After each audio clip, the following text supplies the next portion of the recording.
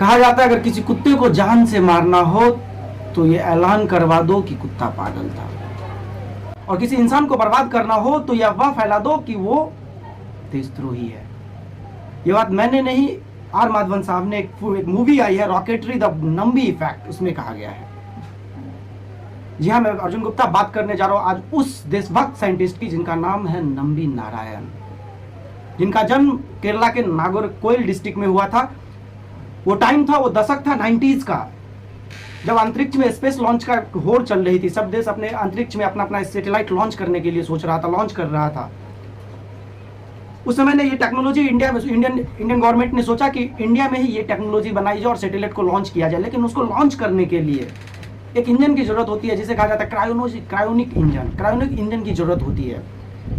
जब इंडिया ने cryonic engine मांगने के लिए अमेरिका के पास गया और अमेरिका ने उसे रिजेक्ट कर दिया। अमेरिका ने कहा कि नहीं, मैं नहीं दे सकता।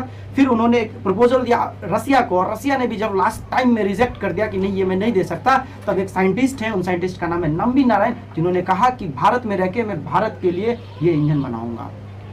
उस टाइम में होड़ लगी थी सैटेलाइट को लॉन्च करने का। सैटेलाइट लॉन्चिंग का उस समय में जो बाजार था वो $1 ट्रिलियन का बाजार था। और जब नंबी नारायण ने ये अनाउंस किया कि मैं इस इंजन को, क्रायोनिक इंजन को इंडिया में बनाऊंगा, तो इंटरनेशनल एक भूचाल मच गया कि क्या कोई इंडिया में भी ऐसे लोग हैं, ऐसे साइंटिस्ट हैं, इसरो में ऐसे साइंटिस्ट हैं जो इसको बनाया जा सकता है। और जब उन्होंने बनाना स्टार्ट किया तो इंटरनेशनल प्रेशर के कारण इंटरनेशनल मार्केट में हजम नहीं हुआ। क्यों? कि ये लगभग 100 मिलियन इसका टोटल प्रोजेक्ट का खर्चा आता था। लेकिन जब इन्होंने बनाने के बारे में सोचा तो इन्होंने बताया कि ये $50 to $60 मिलियन में मैं इसे बना दूंगा। ये बात इंटरनेशनल मार्केट में हजम नहीं हो रही थी। तब इंटरनेशनल प्रेशर के कारण और आंतरिक कुछ गुप्तचर के वजह से इन पे देशद्रोही का मुकदमा कर दिया गया, देशद्रोही का केस फाइल कर दिया गया। और वो टाइम था 1994 का, जब केरला के तिरुवनंतपुरम से मरियम रशीदा को अरेस्ट किया जाता है। मरियम रशीदा इस प्रोजेक्ट की एक मेंबर थी, और वो प्रोजेक्ट जिसमें नंबी नारायण साहब टॉप साइंटिस्ट और प्रोजेक्ट डायरेक्टर थे।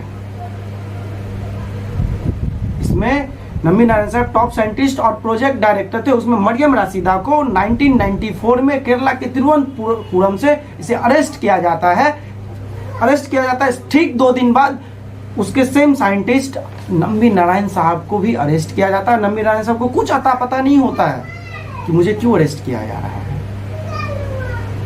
उसके बाद उनको जब पता चलता है कि मुझे इसलिए अरेस्ट किया जा रहा है कि उनपे गंभीर आरोप लगता है कि इनकी जो टेक्नोलॉजी है, जो क्रायोनिक इंजन बनाने की टेक्नोलॉजी है, ये पाकिस्तान को बेचा जा रहा है।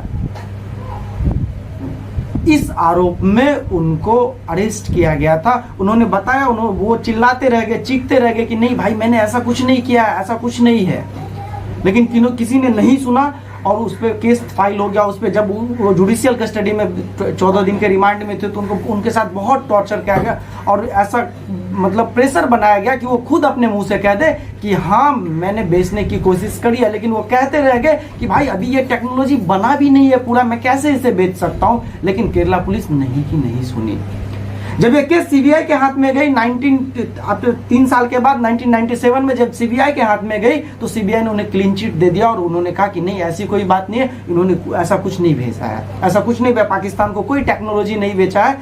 लेकिन इंटरनेशनल प्रेशर इतना हावी था कि 1998 में केरला पुलिस फिर इस केस को ओपन करती है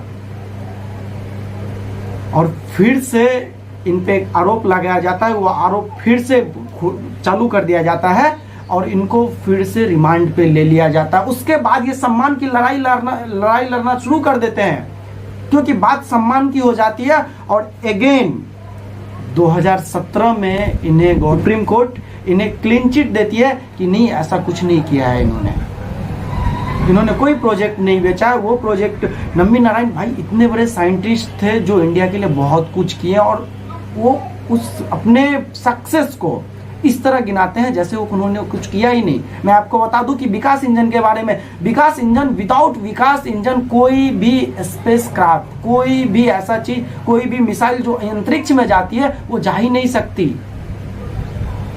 स्पेस लॉन्चर का काम करता है। तो 2017 में सुप्रीम कोर्ट इन्हें क्लीन चिट देती है कि नहीं, इन्होंने कोई टेक्नोलॉजी नहीं बनाई। वो इंसान जो इंडिया के लिए बहुत कुछ किया है, विकास इंजन बनाया, इतनी सारी टेक्नोलॉजी भारत को दिया है, और इसरो के बहुत ऐसे साइंटिस्ट जो इससे पहले एपीजे अब्दुल कलाम थे, वो और बहुत सारे ऐसे इनको पहले ही पहचान लिया था कि इंडिया में बहुत कुछ, वो आदमी जिन्होंने करोड़ों का ऑफर मिला नासा से, लेकिन वो बाहर नहीं गए, इंडिया के लिए बहुत कुछ किए। वो इंडिया इतने बड़े देशभक्त थे, फिर वो कैसे कोई भी टेक्नोलॉजी बाहर, वो भी हमारे पड़ोसी देश, हमारे दुश्मन को बेच सकता है। 2017 में सुप्रीम कोर्ट ने उन्हें फिर से क्लीन चिट दिया कि नहीं, इन्होंने ऐसा कुछ नहीं किया, इन्होंने कोई टेक्नोलॉजी बाहर नहीं बेची है। और 14 सितंबर 2018 को सुप्रीम कोर्ट ने कहा कि इनको वो सारा सम्मान वापस मिलना चाहिए जो इन्होंने खोया है। लेकिन नंबी नारायण साहब अभी भी दुखी थे, क्योंकि वो कह रहे थे कि हमें सुप्रीम कोर्ट ने क्लीन चिट दे दिया, ये हम जानते, सुप्रीम कोर्ट जानती है, बहुत सारे लोग जानते हैं, लेकिन गूगल पे अगर कोई नंबी नारायण सर्च करे तो आज भी आता है नंबी नारायण स्कैम के बारे में। आज पूरी दुनिया नंबी नारायण साहब ने जो किया है उनका लोहा मानती है, पूरी दुनिया लोहा मानती है इस चीज का। आज इंडिया 20 साल 25 साल पीछे चला गया है सिर्फ नंबी नारायण की वजह से। नंबी नारायण साहब अपने सम्मान की लड़ाई 24 साल तक लड़ते रहे, और फाइनली 2019 में गवर्नमेंट ऑफ इंडिया ने उन्हें पद्म भूषण से नवाजा। लेकिन नंबी नारायण साहब आज भी कहते हैं कि ये पद्म भूषण से भी ज्यादा अच्छा होगा, ज्यादा ऊपर होगा कि ये क्लियर हो जाए, अगर मैं दोषी नहीं हूं तो दोषी कौन है, अगर मैं निर्दोष हूं तो फिर दोषी कौन है, और उसको सजा मिलनी चाहिए।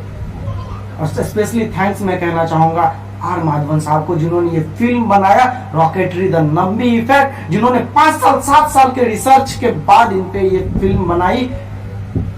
ये देशभक्ति भी नंबी नारायण साहब के देशभक्ति से कम नहीं है, जिन्होंने ये बीड़ा उठाया कि इस तरह की फिल्म बनाए, ऐसे साइंटिस्ट पे फिल्म बनाए, जिसमें ऐसे फिल्म जिसमें ना कोई सॉन्ग है, ना कोई आइटम सॉन्ग है, ना कोई हीरोइन है, कुछ भी नहीं, और ऐसे फिल्म को बनाने की जरूरत की। स्पेशल थैंक्स नंबी नारायण साहब को दिल के गहराइयों से, स्पेशल थैंक्स आर माधवन साहब को कि इस फिल्म को लोगों के पास पहुंचाने का बीड़ा उठाया, और हमने भी थोड़ी सी कोशिश की कि लोग नंबी नारायण साहब के बारे में जाने। इसी के साथ थैंक यू वेरी मच, जय हिंद। आप भी जानिए नंबी नारायण साहब के बारे में, और वीडियो अच्छा लगे तो वीडियो को शेयर कीजिए, और आप बताइए कि नंबी नारायण साहब कैसे साइंटिस्ट हैं। Thank you very much. तो ये वीडियो आपको कैसा लगा, वीडियो को लाइक कर दीजिए, और इस YouTube चैनल पे द आनंद ब्लॉग्स 2.5 पर पहली बार आए हैं तो चैनल को सब्सक्राइब कर लीजिए, नीचे दिए बटन को सब्सक्राइब कर लीजिए, और यदि आपके पास कोई राय है आप हमें कमेंट में लिख सकते हैं। मिलते हैं किसी और एक नए वीडियो में, तब तक के लिए जय हिंद, जय भारत।